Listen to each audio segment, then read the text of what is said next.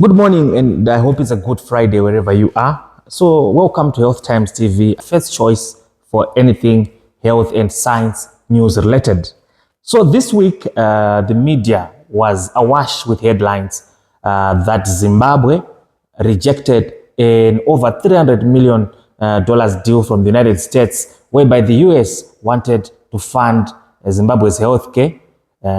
So, the Zimbabwean government they indicated that the deal was lopsided, one-sided, and they couldn't take it. So what were some of the sticky issues from the deal? It emerged that the United States requested that they have access to Zimbabwe's health and pathogenic data. Zimbabwe would share data with the United States for the next 3 years, pending review, I would say. So as it appears that the rest of Africa, majority of African countries, including the African Union, is actually in agreement with the stance that Zimbabwe took. Zambia also followed yesterday by rejecting part of the $1 billion deal that the United States government proposed, because they also cited that the deal was one-sided. It was extractive in some manner. So I just want to find out from you in the comment section, what do you think about this deal? Do you think Zimbabwe should have accepted the deal? Do you think Zimbabwe should have blindly signed the deal without citing the issues that they actually indicated in the deal? The deal in its current form, do you think it's lopsided? What do you think is at stake?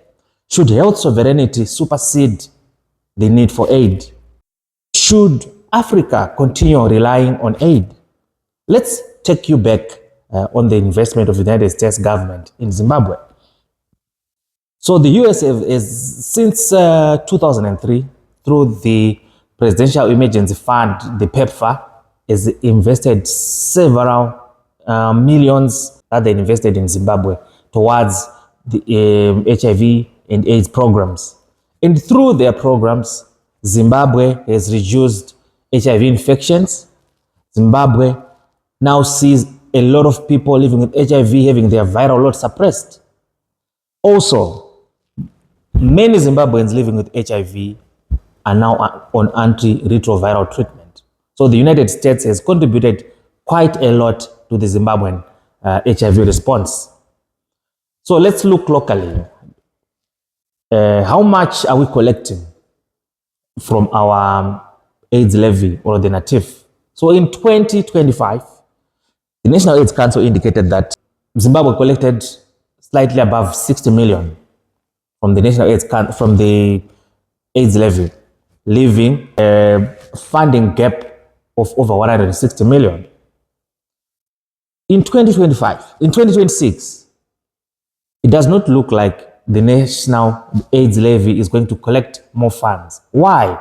Number one, Zimbabwe's economy is highly informalized. Majority of people do not contribute to the AIDS levy.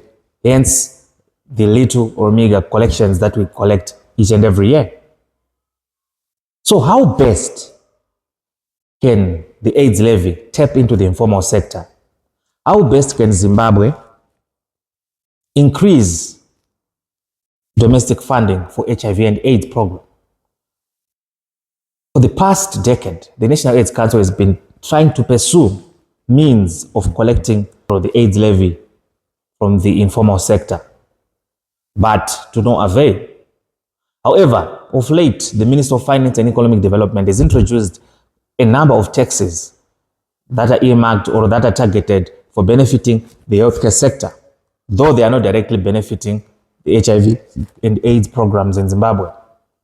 These funds are going towards cancer, the sugar levy, the sugar tax, the airtime tax, and other sin taxes that are being collected. So how best do you think Zimbabwe can increase domestic funding for HIV? Let's discuss. Put your comments in the comment section and let's see where this conversation takes. Hope you have a great weekend. I'm Michael Guarisa.